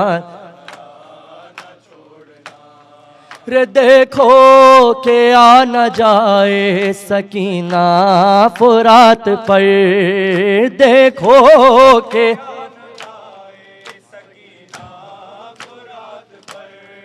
रे देखो के आ न जाए सकीना फुरात पर, देखो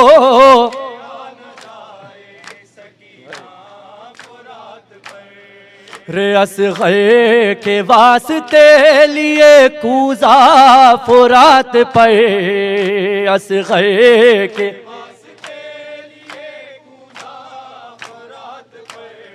रे असग़र के वास्ते लिए कूज़ा फुरात पर,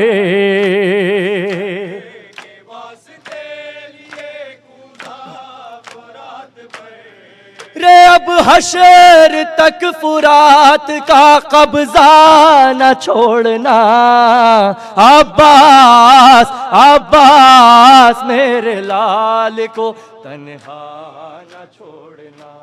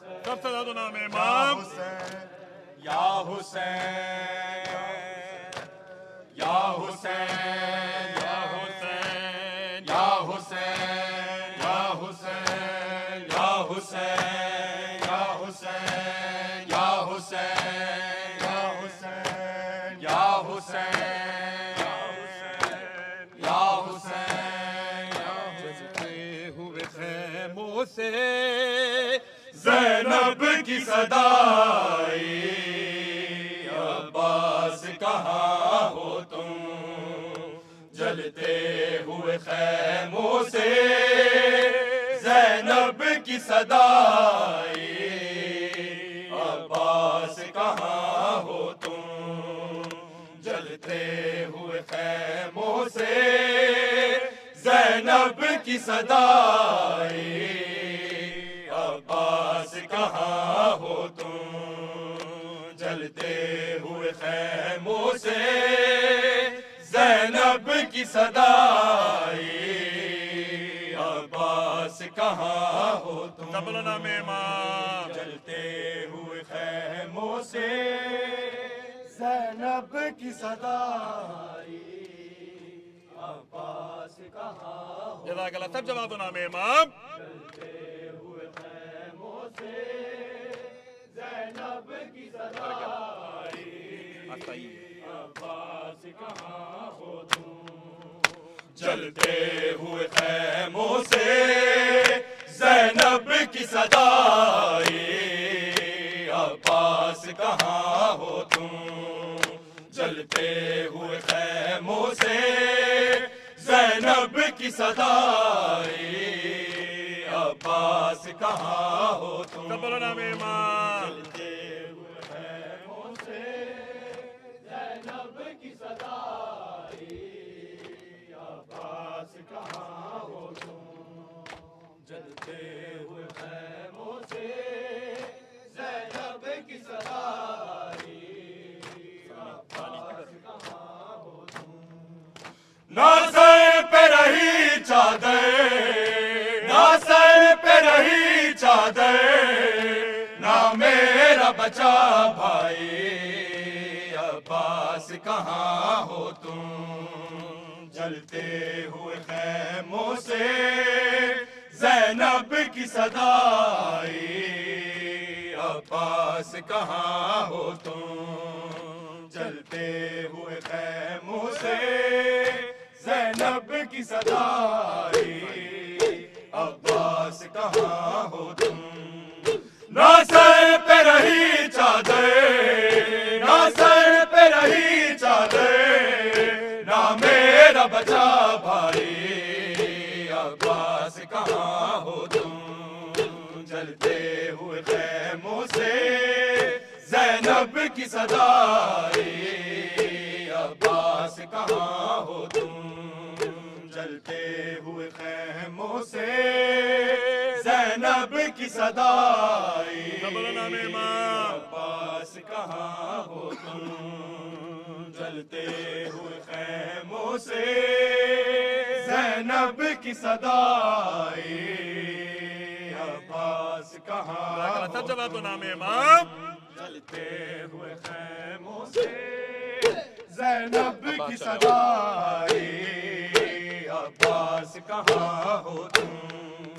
अब्बास चले आओ खैमों में गरीबों के, भूखे और प्यासे हैं, लूटे हैं नसीबों के, सज्जाद को होश नहीं, सज्जाद को होश नहीं, कुलसूम है घबराई, अब्बास कहाँ हो तुम, जलते हुए खैमों से ज़ैनब की सदाई, अब्बास कहाँ हो तुम, जलते हुए खैमों से ज़ैनब की सदाई, अब्बास कहाँ हो तुम, जलते हुए खैमों से ज़ैनब की सदाई, अब्बास कहाँ हो तुम, बेदर्द लईनों ने मासूम सकीना के मारे हैं तमाचे भी, है फूल से गालों पे, आ जाओ चचा गाजी, आ जाओ चचा गाजी, रो रो के वो चिल्लाई, अब्बास कहाँ हो तुम, जलते हुए खैमों से ज़ैनब की सदाई, अब्बास कहाँ हो तुम, तबलना में इमाम, जलते हुए खैमों से ज़ैनब की सदाई, अब्बास कहाँ हो तुम, जलते हुए खैमों से ज़ैनब की सदाई, अब्बास अब्बास कहाँ हो तुम, ना सर पे रही चादर, ना सर पे रही चादर, ना मेरा बचा भाई, अब्बास कहाँ हो तुम, जलते हुए खैमों से ज़ैनब की सदाई, अब्बास कहाँ हो तुम, शबीर पड़ा रन में कई रोज का प्यासा है, तीरों से हुआ चलनी मजलूम का लाशा है, ना कफन मिला उसको, ना कफन मिला उसको, ना कब्र ही बन पाई, अब्बास कहाँ हो तुम, जलते हुए खैमों से ज़ैनब की सदाई, अब्बास कहाँ हो तुम, जलते हुए खैमों से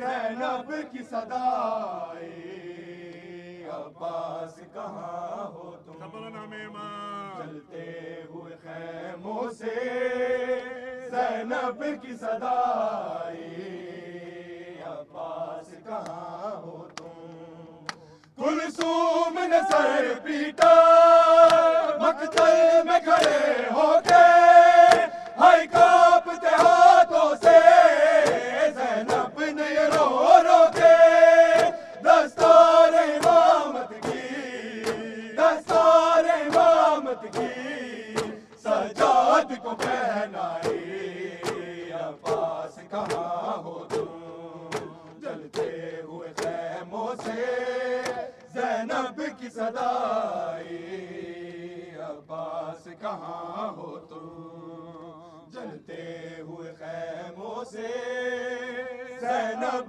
की सदाई, अब्बास कहाँ हो तुम, जलते हुए खैमों से ज़ैनब की सदाई, अब्बास कहाँ हो तुम, ना सर पे रही चादर, ना सर पे रही चादर, ना मेरा बचा भाई, अब्बास कहाँ हो तुम, जलते हुए खैमों से ज़ैनब की सदाई, अब्बास कहाँ हो तुम, जलती हुई धरती पर मजलूम की लाश पड़ी, रोती है सकीना भी बाबा के पास खड़ी, है हाल यतीमाना, है हाल यतीमाना,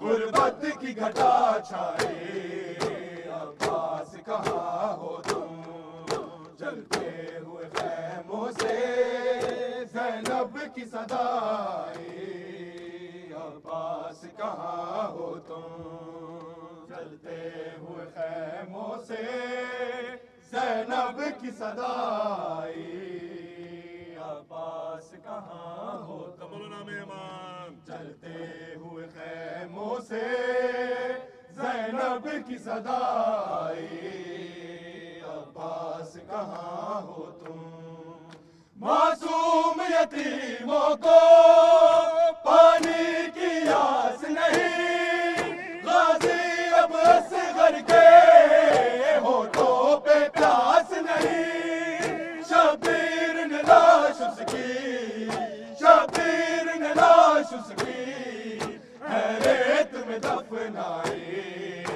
अब्बास कहाँ हो तुम, चलते हुए खैमों से ज़ैनब की सदाई, अब्बास कहाँ हो तुम, चलते हुए खैमों से ज़ैनब की सदाई, अब्बास कहाँ हो तुम, ना सर पे रही चादर, ना सर पे रही चादर, ना मेरा बचा भाई, अब्बास कहाँ हो तुम, चलते हुए खैमों से ज़ैनब की सदाई,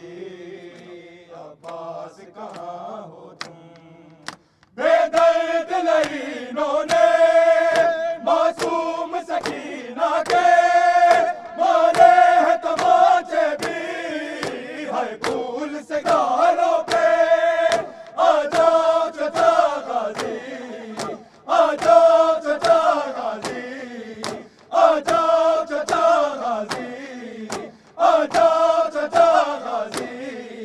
रो रो के वो चिल्लाई, अब्बास कहाँ हो तुम, चलते हुए खैमों से ज़ैनब की सदा आई, अब्बास कहाँ हो तुम। ए बाद सबा जाके ये अम्मू को बताना,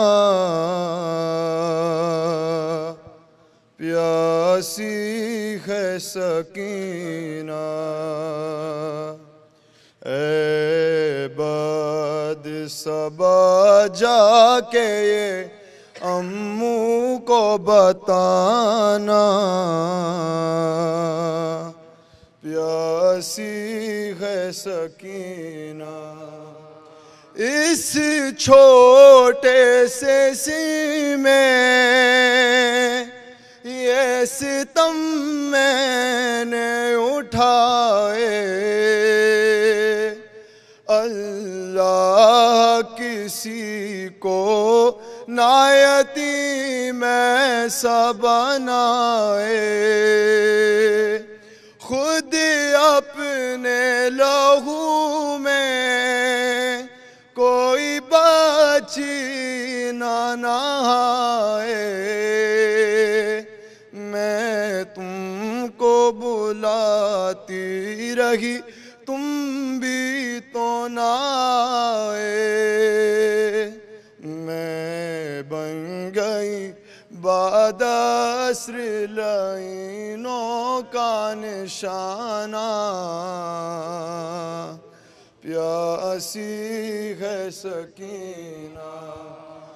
सकीना पर यतीम के हुए मानी आया बाबा, सकीना पर यतीम के हुए मानी आया बाबा, सकीना पर यतीम के हुए मानी आया बाबा। और सारे सकीना पर यतीम के हुए मानी आया बाबा, सकीना पर यतीम के हुए मानी आया बाबा, सकीना पर यतीम के हुए मानी आया बाबा, सकीना पर यतीम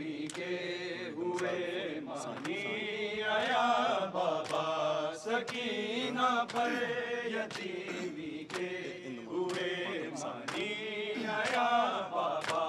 बना चेहरे पे जब पहला तमाचे का निशान बाबा, सकीना पर यतीम के हुए मानी आया बाबा, सकीना पर यतीम के हुए मानी आया बाबा, सकीना पर यतीम के हुए मानी आया बाबा। मेरे चेहरे से मिट जाए निशान शायद तमाचों के, निशान शायद तमाचों के, नहीं मिटना सितमगर की अंगूठी का निशान बाबा, सकीना पर यतीम के हुए मानी आया बाबा। मेरे चेहरे से मिट जाए निशान शायद तमाचों के, निशान शायद तमाचों के, नहीं मिटना सितमगर की अंगूठी का निशान बाबा, सकीना पर यतीम के हुए मानी आया बाबा, सकीना पर यतीम के हुए मानी आया बाबा सकीना पर यतीमी के हुए मानी आया बाबा। फकत दरबार में देखा तो पहली बार मैंने ये, तो पहली बार मैंने ये कनीज़ी के लिए मांगी गई सैदानिया बाबा सकीना पर यतीमी के हुए मानी आया बाबा। फकत दरबार में देखा तो पहली बार मैंने ये, तो पहली बार मैंने ये कनीज़ी के लिए मांगी गई सैदानिया बाबा सकीना पर यतीमी के हुए मानी आया बाबा। सकीना पर यतीमी के हुए मानी आया बाबा। यतीमी के हुए मानी आया बाबा। बरसते पत्थरों में सब सरे बाजार थी बिखरी, सरे बाजार थी बिखरी। तेरे बिखरे हुए बालों की सूरत बीबिया बाबा सकीना पर यतीमी के हुए मानी आया बाबा। बरसते पत्थरों में सब सरे बाजार थी बिखरी, सरे बाजार थी बिखरी। तेरे बिखरे हुए बालों की सूरत बीबिया बाबा सकीना पर यतीमी के हुए मानी आया बाबा। सकीना पर यतीमी के हुए मानी आया बाबा। सकीना पर यतीमी के हुए मानी आया बाबा। मेरे चेहरे से मिट जाए निशान शायद तमाचों के, निशान शायद तमाचों के। नहीं मिटना सितमगर की अंगूठी का निशान बाबा सकीना पर यतीमी के हुए मानी आया बाबा।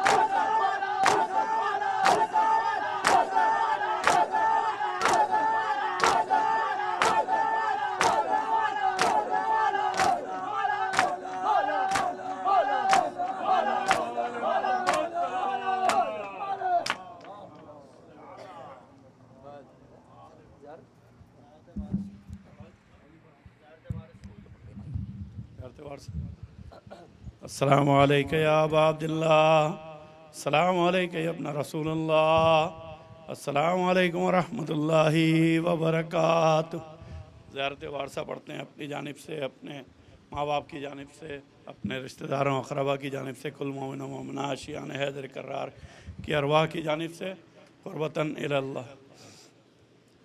अस्सलामु अलैका या वारिस आदम सफ़्फ़तिल्लाह, अस्सलामु अलैका या वारिस नूह नबील्लाह, अस्सलामु अलैका या वारिस इब्राहीम खलीलिल्लाह, अस्सलामु अलैका या वारिस मूसा कलीमिल्लाह, अस्सलामु अलैका या वारिस ईसा रूहिल्लाह, अस्सलामु अलैका या वारिस मुहम्मदिन हबीबिल्लाह, अस्सलामु अलैका या वारिस अमीरुल मुमिनीन अलीयन वलीउल्लाह, अस्सलामु अलैका या इब्न मुहम्मदिल मुस्तफ़ा, अस्सलामु अलैका या इब्न अलीनिल मुर्तज़ा, अस्सलामु अलैका या इब्न फ़ातिमतुज़ ज़हरा, अस्सलामु अलैका या इब्न ख़दीजतुल कुबरा, अस्सलामु अलैका या सारल्लाह व इब्न सारिह वल वित्रल मौतूर, अशहदु अन्नका क़द क़मतस सलाह व आतैतज़ ज़का व अमरत बिल मारूफ़ व नहीत अनिल मुनकर व अताअतुल्लाह व रसूलहु हत्ता अताकल यक़ीन, फ़लअनल्लाहु उम्मतन क़तलतका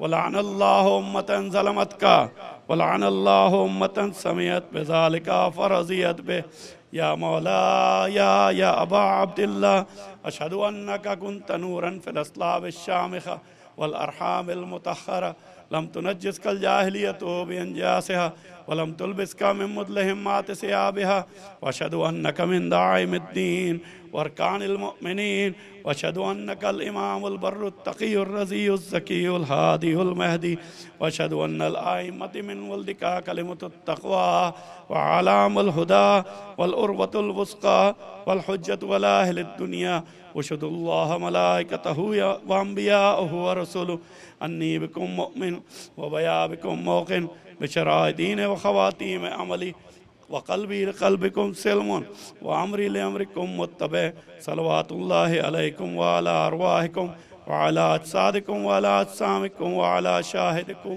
व अला गायबिकुम व अला ज़ाहिरिकुम व अला बातिनिकुम। ज़ियारत हज़रत अली अकबर अलैहिस्सलातु वस्सलाम।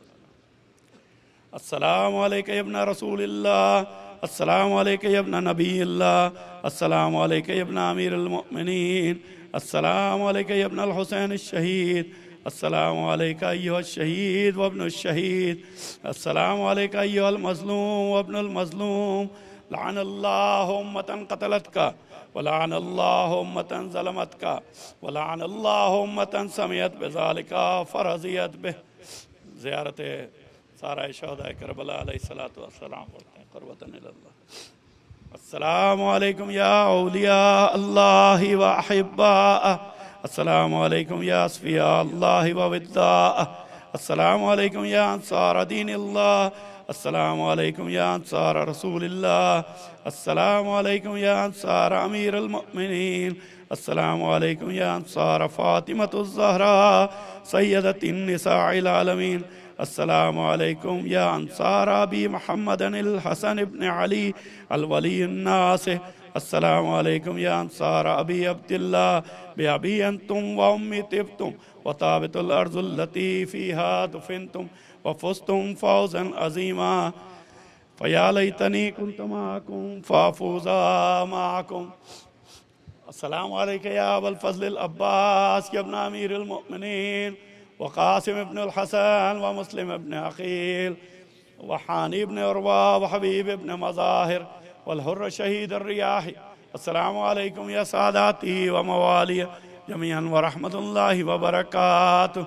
अस्सलामु अलैका या गरीबल गुरबा, अस्सलामु अलैका या मुईनज़ ज़ुअफ़ा वल फ़ुक़रा, अस्सलामु अलैका या शम्सुश शमूस या अनीसन नफूस अय्युहल मदफून बिअर्ज़ तूस, अस्सलामु अलैका या अली इब्न मूसा अय्युहर रज़ा रूही व जिस्मी लकल फ़िदा, अस्सलामु अलैकुम व रहमतुल्लाहि व बरकातुहू।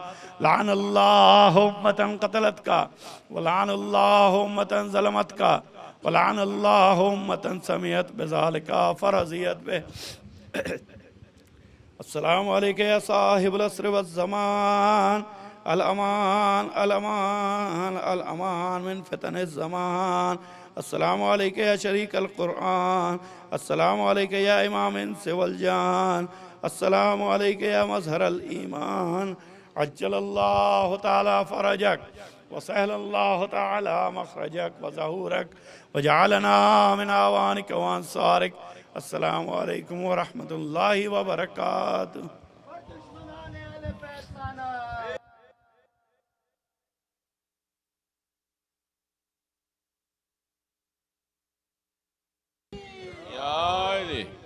मोमिनीन, यहाँ पर कल इमाम ज़ैनुल आबिदीन अलैहिस्सलाम का ताबूत बरामद होगा। आप लोगों से गुजारिश है कि इसमें ज़्यादा तादाद में शिरकत फरमाइए।